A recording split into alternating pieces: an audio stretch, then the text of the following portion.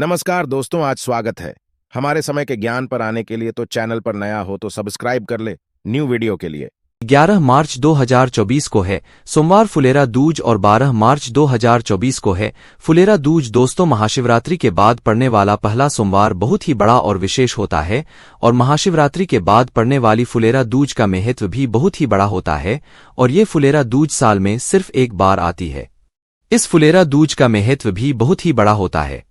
जो भी व्यक्ति महाशिवरात्रि के दिन भगवान शिवजी को प्रसन्न न कर पाया हो, वही वो महाशिवरात्रि बाद पड़ने वाले पहले सोमवार को या महाशिवरात्रि के बाद पड़ने वाले जो फुलेरा दूज होता है, उस दिन एक ऐसा विशेष उपाय करके जो है अपनी मनोकामना को पूर्ण कर सकते हैं, जो कि वो महाशिवरात्रि के दिन नहीं कर पाए थे। तो भाई, आप लोगों को जो है इस सोमवार फुलेरा दूज के दिन या तो फुलेरा दूज के दिन आप लोगों को क्या करना है कि एक 5 दीपक वाला उपाय जरूर करना है। अब ये 5 दीपक वाला जो उपाय है कि इतना बड़ा उपाय है कि इस उपाय को जो भी व्यक्ति इस दिन कर लेगा उसकी जो भी मनोकामना होगी वो पूर्ण जरूर होगी, भी बहुत ही कम समय में। क्योंकि दोस्तों, महाशिवरात्रि के दिन जो सोमवार पड़ता है उसका भी बहुत ही बड़ा विशेष महत्व होता है और महाशिवरात्रि के दिन जो फुलेरा दूज पड़ता है उसका भी एक अलग ही महत्व होता है। तो भाई, आपको करना क्या है, जो हम आपको आज इस वीडियो में उपाय बताने वाले हैं वो 5 दीपक वाला उपाय बताने वाले हैं। हम जानते हैं ये आप उपाय आप लोग पहले भी जानते हो और सुन भी चुके हो, पर दोस्तों ये वाला जो उपाय है ना, ये इतना ज्यादा खास है कि दोस्तों जो भी व्यक्ति इस उपाय को करता है उस व्यक्ति को इस उपाय को करने का फल जरूर मिलता है। तो हम इस 5 दीपक वाले उपाय को समझते हैं। ये आप लोगों को फुलेरा दूज के दिन कैसे करना है या सोमवार के फुलेरा दूज के दिन कैसे करना है, तो देखिए, ध्यान से सुनिए। ये दिन बार बार नहीं आते हैं। महाशिवरात्रि के दिन आप लोगों को बहुत बड़े मौके यहाँ पर मिल रहे हैं।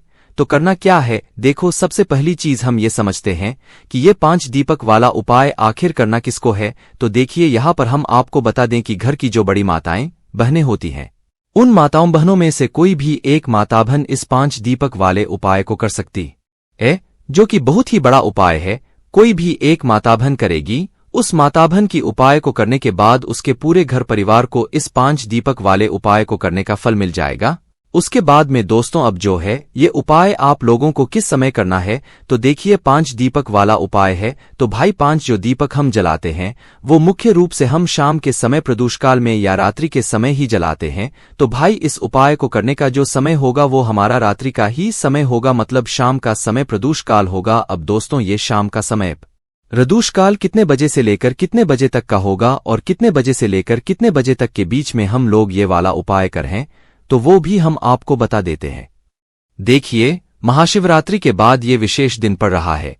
ऐसे ही ये फुलेरा दूज बार बार तो आता नहीं है भाई। इस महाशिवरात्रि के बाद पड़ने वाला सबसे बड़ा दिन होता है, जिस दिन भगवान शिव जी बैठे हुए होते हैं कि कब कोई भक्त आए उनको प्रसन्न करें और वो उसकी झोली को भर दें। और फुलेरा दूज के दिन भी क्या, मतलब जो सोमवार पड़ता है फुलेरा दूज का, भाई इस दिन जो है भगवान शिव जी इतना कुछ प्रदान करते हैं उपाय करने वाले व्यक्ति को, भगवान को प्रसन्न करने वाले व्यक्ति को, कि जिसकी वो कल्पना भी नहीं कर सकता है। तो भाई, शाम का जो समय होता है, शाम के 6 बजे से लेकर 7 बजे के बीच में आप लोग इस वाले उपाय को कर सकते हो। कितने बजे से कितने बजे के बीच में, शाम के 6 बजे से लेकर शाम के 7 बजे के बीच में। अगर किसी कारणवश आप लोग लेट हो जाते हो भाई, 6 बजे से लेकर 7 बजे के बीच में आप लोग इस उपाय को नहीं कर पाए, 5 दीपक वाले उपाय को नहीं कर पाए, तो उस जगह पर आप लोग फिर 7:30 या रात 8 बजे तक भी अगर उपाय को करोगे तो भी दोस्तों आपको इस उपाय को करने का फल मिल जाएगा। तो इसीलिए आप लोग रात 8 बजे तक भी इस उपाय को कर सकते हो, कोई दिक्कत वाली बात नहीं है। अब हम समझते हैं कि इस 5 वाले उपाय को आपको करना कैसे है। तो देखिए, ये बात तो आप समझ गए हो कि भाई इस दीपक वाले उपाय को आप लोगों को किसको करना है। घर की जो बड़ी माताएं बहन होंगी उनमें से कोई भी एक माताबहन को इस वाले उपाय को करना है। हाँ, अगर किसी कारणवश घर में कोई भी माताबहन उपस्थित नहीं है या किसी कारणवश वो ये उपाय नहीं कर पा रही है, तो फिर घर का कोई बड़ा व्यक्ति भी इस वाले उपाय को कर सकता है। बड़ा व्यक्ति हम इसीलिए कह रहे हैं क्योंकि कोई छोटा व्यक्ति इस उपाय को सही से नहीं कर पाएगा और उपाय का फल नहीं ले पाएगा। इसीलिए पहले उपाय को अच्छे से सुन लेना, उसके बाद ही करना। आप बार बार उपाय तो भाई आप हर बार एक अच्छा उपाय ही करोगे और भगवान शिवजी को प्रसन्न ही करोगे। तो दोस्तों आपको करना क्या है, देखो 5 दीपक वाला उपाय है तो सीधी सी बात है 5 दीपक इसमें हमें तैयार करने पड़ेंगे। जो ये 5 दीपक वाला उपाय है इसमें आप लोग शुद्धता का विशेष रूप से ध्यान रखिएगा, ठीक है। उपाय को करते समय शुद्ध रहिएगा और शुद्धता का ध्यान भी रखिएगा। देखिए सुबह के समय तो आप स्नान कर ही लेंगे, पर शाम के समय आप लोग हाथ मुंह धो लीजिएगा। शाम के समय स्नान करने की जरूरत नहीं है। जब भी शाम के समय प्रदूषण में आप उपाय करने वाले हो, आधे से 1 घंटे पहले आप उपाय की तैयारी शुरू कर दीजिएगा, क्योंकि इस उपायों की तैयारी में आपको थोड़ा समय लगेगा। क्यों लगेगा, क्योंकि दोस्तों जो 5 दीपक वाला उपाय है, इस 5 दीपक वाले उपाय में जो हम दीपक लेने वाले हैं, ये दीपक हम लोग आटे के लेने वाले हैं। अब आप कहोगे आटे के केवल लोग हैं, हम 2 मिट्टी के लेंगे। तो देखिए मिट्टी के अगर लेना भी चाहो ना तो नए दीपक आपको लेने पड़ेंगे, क्योंकि इस समय सभी लोगों के पास उपस्थित नहीं होंगे। तो भाई अगर आपके पास 5 नए मिट्टी के दीपक हैं तो भाई आप मिट्टी के दीपक और पुराने दीपक हैं तो पुराने दीपकों से ये उपाय नहीं होगा। इसीलिए सबसे अच्छी बात यही है कि हम 5 आटे के दीपक तैयार करें। जो 5 आटे के दीपक आप तैयार करोगे इसके लिए आटा अलग से ही लोगे। उस आटे के अंदर कुछ भी नहीं डालोगे और उस आटे के अंदर पानी डालकर उसे गूंद लोगे। गूंदने के बाद उस आटे के 5 दीपक आप तैयार कर लोगे। कितने बड़े बड़े मीडियम साइज के, ना वो बड़े हों ज्यादा ना वो छोटे हों, मीडियम साइज के 5 दीपक तैयार कर लेना। और इन 5 दीपकों को अपनी एक पूजन वाली थाली में या प्लेट में अच्छे से सजाकर जमा कर रख लेना है। रखने के बाद दोस्तों अब बात करते हैं इसके अंदर बत्ती कौन सी रखाएगी। तो देखिए शिव जी के उपायों में फोलेरा दूज के दिन या सोमवार के दिन आप लोगों को जो है इन 5 दीपकों के अंदर गोलबत्ती ही रखनी है, क्योंकि हम भगवान शिव जी को प्रसन्न करने के लिए ही ये वाला उपाय कर रहे हैं। तो इन 5 दीपकों के अंदर एक एक गोलबत्ती यहाँ पर रखा जाएगी। एक एक गोलबत्ती रखने के बाद दोस्तों जो गोलबत्ती आप लोग बना रहे हो वो कोशिश करना कि आप अपने घर में ही बनाओ। कई सारे लोग बाजार से लाई हुई गोलबत्ती भी रखेंगे, पर अगर आप लोग अपने हाथों से बनाई हुई रुई से बनाई हुई गोलबत्ती जो है अपने हाथों से बनाई हुई उस दीपक को रखोगे तो भगवान ज्यादा प्रसन्न होंगे। बाकी बाजार वाली भी रख सकते हो, कोई दिक्कत वाली बात नहीं है।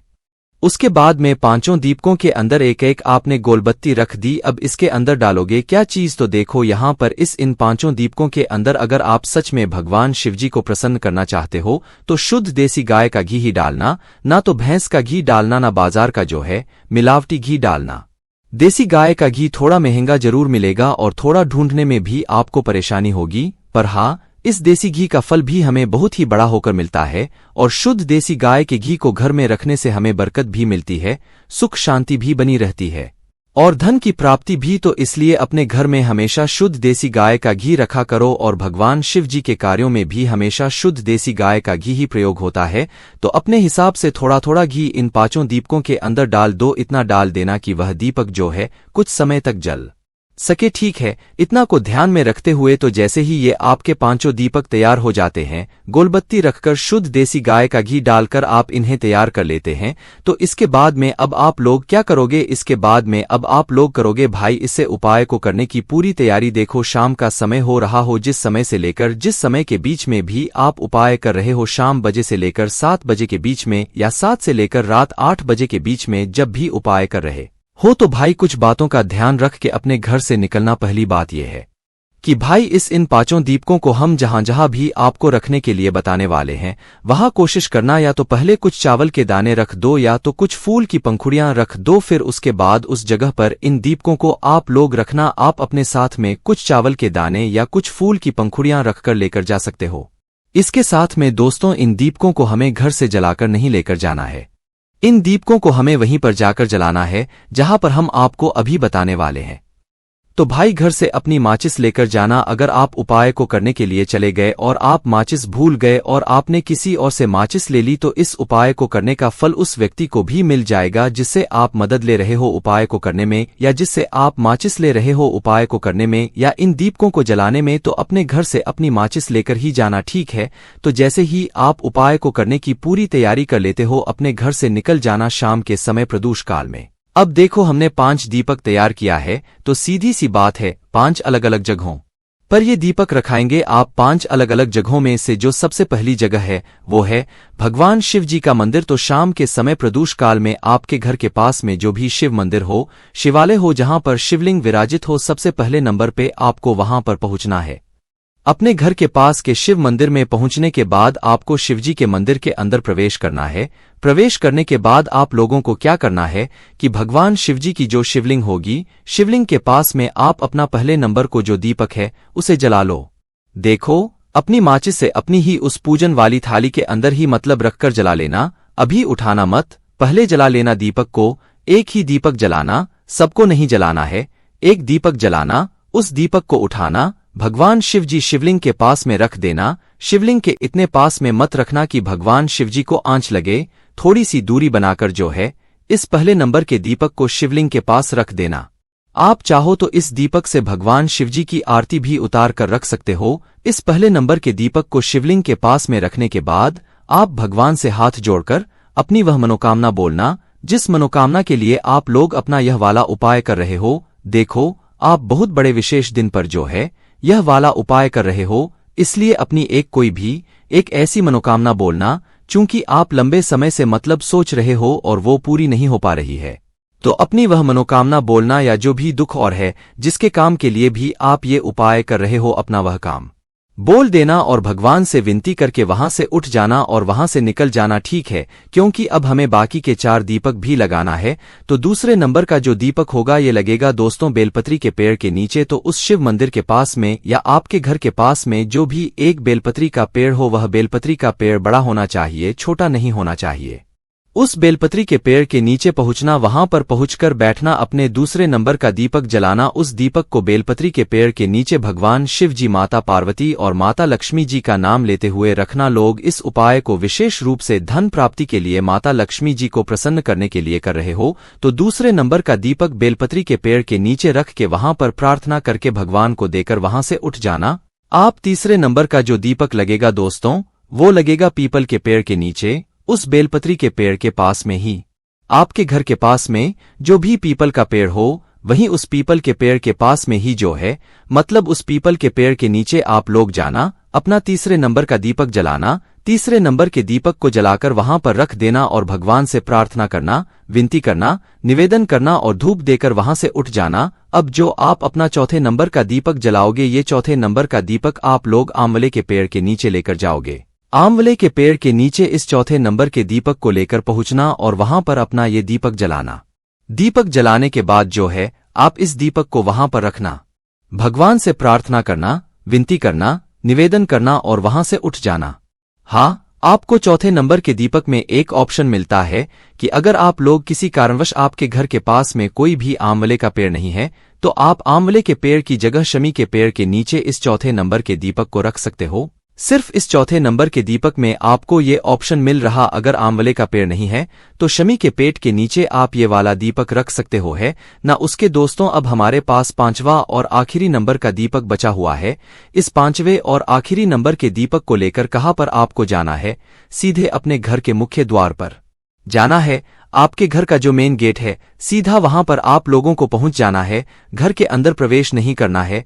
जो लोग मल्टीज में या किराए के घर में रहते हैं, वही उनकी जो मल्टीज का किराए के घर का जो आखिरी दरवाजा है जिससे वो अंदर बाहर जाते हैं, भाई वो वहां पर जाकर खड़े हो जाए। ठीक है, अंदर प्रवेश नहीं करना है।